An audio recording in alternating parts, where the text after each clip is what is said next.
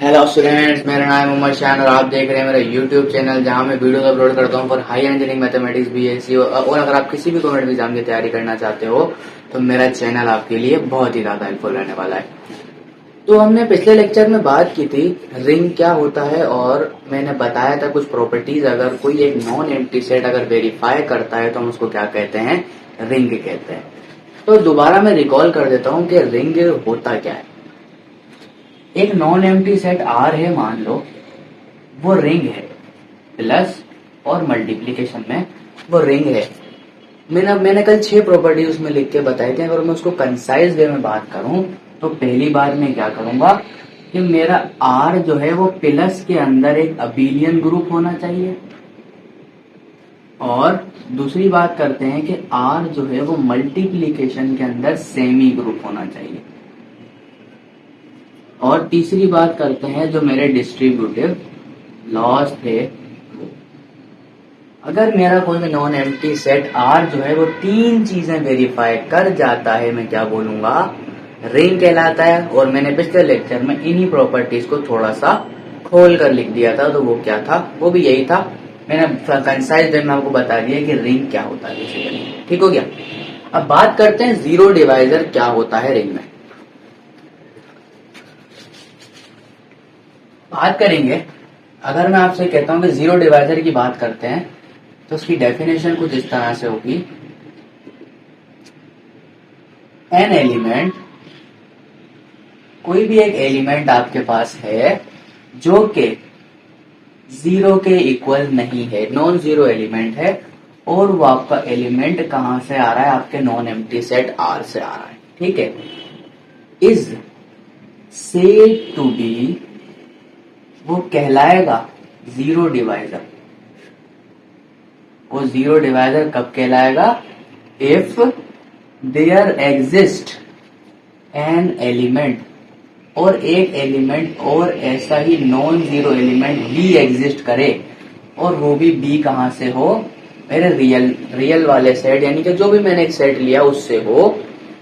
वो non empty set मतलब जो R as a non empty set है, यहाँ पे इसको रियल कंसिडर नहीं करना, क्योंकि रियल के अंदर बात दूसरी आ जाएगी। यहाँ इसलिए जो आर है ये क्या है, नॉन एम्प्टी सेट है कोई भी।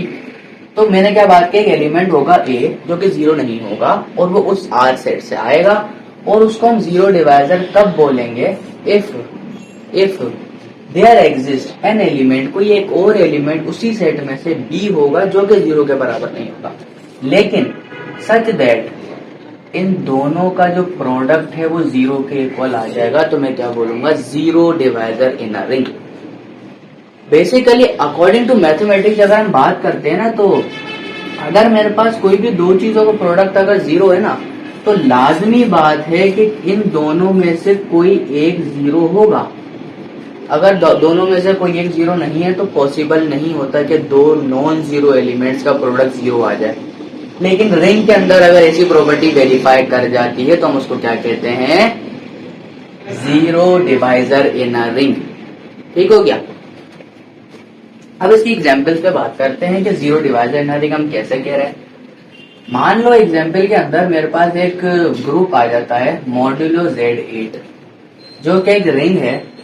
मैंने बता दिया कि रिंग है, प्लस में मॉड्यूलो 8 एंड मल्टीप्लीकेशन मॉड्यूलो 8 में क्या है, एक रिंग है।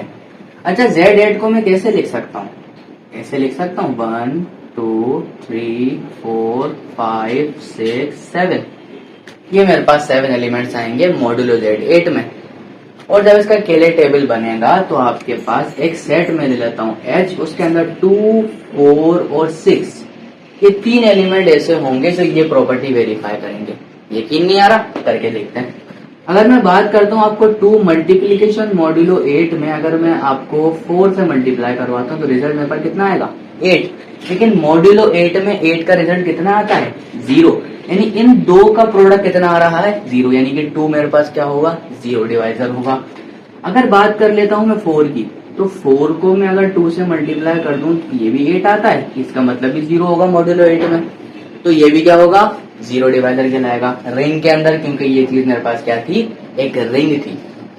सेकंड बात करेंगे, अगर 6 को मैं मॉड्यूलो 8 में 4 से मल्टीप्लाई करता हूं तो क्या आता है, 24। और 824 से टोटली डिविजिबल होता है, तो इसका मतलब यहाँ भी मॉड्यूलो 8 में रिजल्ट कितना आने वाला है, 0। अब ये तीनों एलिमेंट मेरे पास मल्टीप्लाई करने पर मेरी प्रॉपर्टी वेरीफाई कर रहे हैं, यानी कि ये मेरे पास क्या कहलाएंगे, ये एक सेट ऐसा होगा जो कि जीरो डिवाइजर कहलाएगा रिंग में। तो जीरो डिवाइजर ये होता है।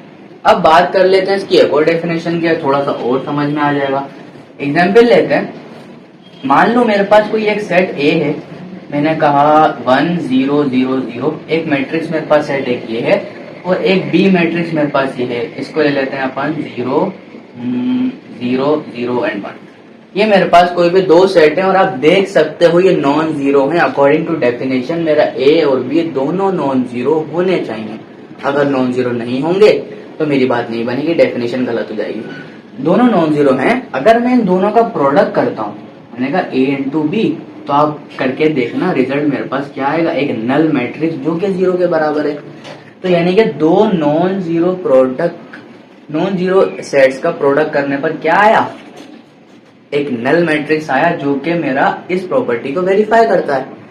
जब ये प्रॉपर्टी वेरीफाई हो गई तो मैं कहूंगा इस तरह के और भी मैट्रिसेस हों जिनको आपस में मल्टीप्लाई किया जाए और आंसर यहाँ पर जीरो आ जाए, तो हम क्या बोलेंगे भाई, ये भी मेरा नॉन जीरो डिवाइजर होगा किसमें, रिंग के अंदर। तो बात समझ में मेरे ख्याल से आ गई होगी कि जीरो डिवाइजर क्या होता है रिंग के अंदर, और उसकी दीगर मुख्तलिफ एग्जाम्पल्स हैं तो मैंने यहाँ पे दो आपको अच्छी बता दी हैं कि जीरो डिवाइजर की क्या होती है। फिर एक दफा पढ़ लेते हैं कि अगर कोई एक एलिमेंट ए है जो कि नॉन जीरो है मेरे नॉन एम्प्टी सेट आर से, तो एक एलिमेंट और एग्जिस्ट करेगा बी जिन दोनों का प्रोडक्ट करने पर आंसर जीरो आएगा, तो हम क्या बोलेंगे, वो क्या होगा, जीरो डिवाइजर होगा रिंग के अंदर। ठीक हो गया। अब इसके बाद बात करेंगे non zero divisor in a ring क्या होता है।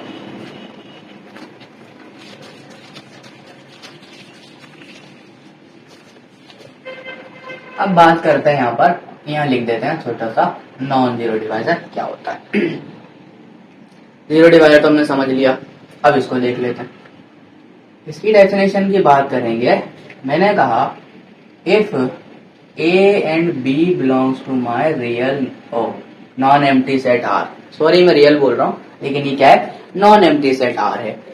अगर मेरे पास ए और बी एक दोनों एलिमेंट हैं और मेरे दोनों एलिमेंट किस से बिलोंग कर रहे हैं, मेरे नॉन एम्प्टी सेट आर से, और इन दोनों का प्रोडक्ट अच्छा बात यहाँ करेंगे कि ये दोनों मेरे पास क्या होंगे, नॉन जीरो होंगे। जब ये नॉन जीरो होंगे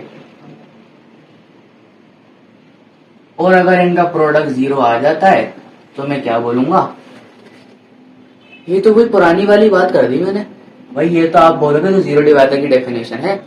अच्छा, अब मैं ये बात कर ही नहीं रहा कि ये दोनों नॉन जीरो हैं क्या नहीं। अब मैं बोलता हूं अगर ए बी का बिलोंग करते हैं मेरे नॉन एम्प्टी सेट आर से और दोनों का प्रोडक्ट जीरो आता है, तो अकॉर्डिंग टू मैथमेटिक्स हम क्या कहते हैं, अगर किसी भी दो चीजों का प्रोडक्ट जीरो के बराबर है तो लाजमी बात है या तो ए जीरो होगा या तो बी जीरो होगा। इस डेफिनेशन को हम कहते हैं non zero divisor in a ring. अब इसकी एग्जांपल देख लेते हैं। मान लो कि आपके पास एक रियल नंबर का रिंग है, प्लस में और मल्टीप्लीकेशन में एक ये वाला रिंग आ जाता है। इसके अंदर बात कर लेता हूं मैं किसकी, रैशनल का रिंग की। रैशनल रिंग भी प्लस और मल्टीप्लीकेशन में एक रिंग होता है, और इसके अलावा एक इंटीजर भी प्लस और मल्टीप्लीकेशन में रिंग होता है। इसके अलावा कॉम्प्लेक्स नंबर का सेट भी प्लस और मल्टीप्लीकेशन में एक रिंग बनाता है। लेकिन इन चारों सेटों के अंदर कोई भी ऐसे एलिमेंट्स नहीं है जिनका दोनों दफा प्रोडक्ट करने पर, यानी इनके कोई भी दो नॉन जीरो एलिमेंट्स का प्रोडक्ट करने पर जीरो आ जाए, ऐसा मुमकिन नहीं है। इस वजह से ये सारे रिंग क्या कहलाते हैं, नॉन जीरो डिवाइजर कहलाते हैं अपने रिंग के। ठीक है क्या, यानी इन दोनों का कोई भी एलिमेंट उठा के अगर मैं जीरो के बराबर रखूंगा तो लाजमी बात है इनमें से कोई एक एलिमेंट लाजमी जीरो होना चाहिए, जब भी मैं क्या बोलूंगा, non zero divisor in a ring बोलूंगा। तो यहां तक मेरे बात समझ में आती है कि non zero divisor in a ring क्या होता है। अब बात करते हैं लास्ट टॉपिक की, जिसका नाम है बूलियन रिंग क्या होता है। बात करेंगे बूलियन रिंग।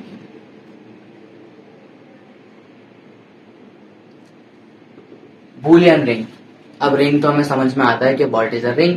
अब बात करते हैं बूलियन रिंग की, कि बूलियन रिंग ऐसा क्या चीज है। मान लो आपके पास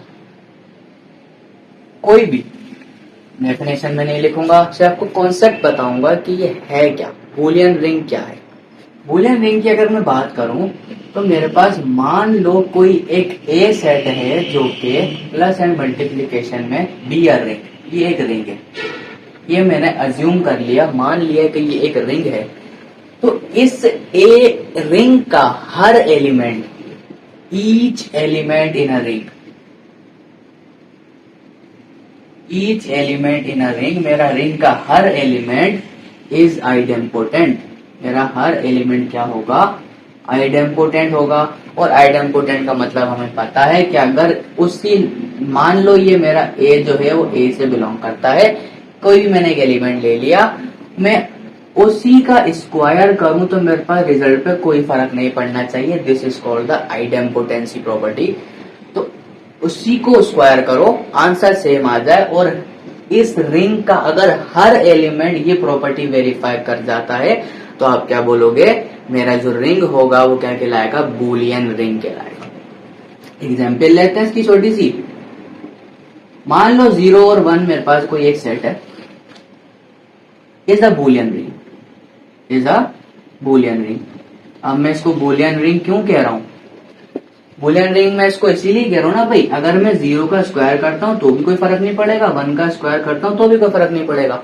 और ये रिंग बनाता है, अगर ये रिंग बनाएगा तो क्या बोलूंगा, ये इसका हर एलिमेंट आइडेम्पोटेंसी प्रॉपर्टी वेरीफाई कर रहा है।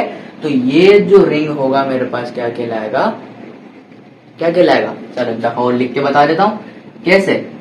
बात करते हैं ऐसे, ये मेरे पास एक रिंग बन जाएगा 0 1 in plus and multiplication is a Boolean ring. ये मेरे पास क्या हो जाएगा, एक बूलियन रिंग हो जाएगा। और एक दफा दोबारा बता देता हूँ बूलियन रिंग क्या होता है। बूलियन रिंग मेरे पास कोई भी एक ऐसा रिंग हो जिसका हर एलिमेंट आइडेम्पोटेंसी प्रॉपर्टी को वेरीफाई करे, क्या बोलोगे, वो एक बूलियन रिंग कहलाता है। तो यहां तक था मेरा आज का लेक्चर। और अगर आपने चैनल मेरा सब्सक्राइब नहीं किया तो प्लीज सब्सक्राइब कर दो, ताकि मैं इस तरह के और अच्छे अच्छे लेक्चर्स आपके सामने लाता रहूं। और मैं इसकी प्लेलिस्ट अपलोड कर रहा हूं, तो आप मेरे साथ बने रहिए। अल्लाह हाफिज, मिलते हैं आपसे नेक्स्ट लेक्चर में।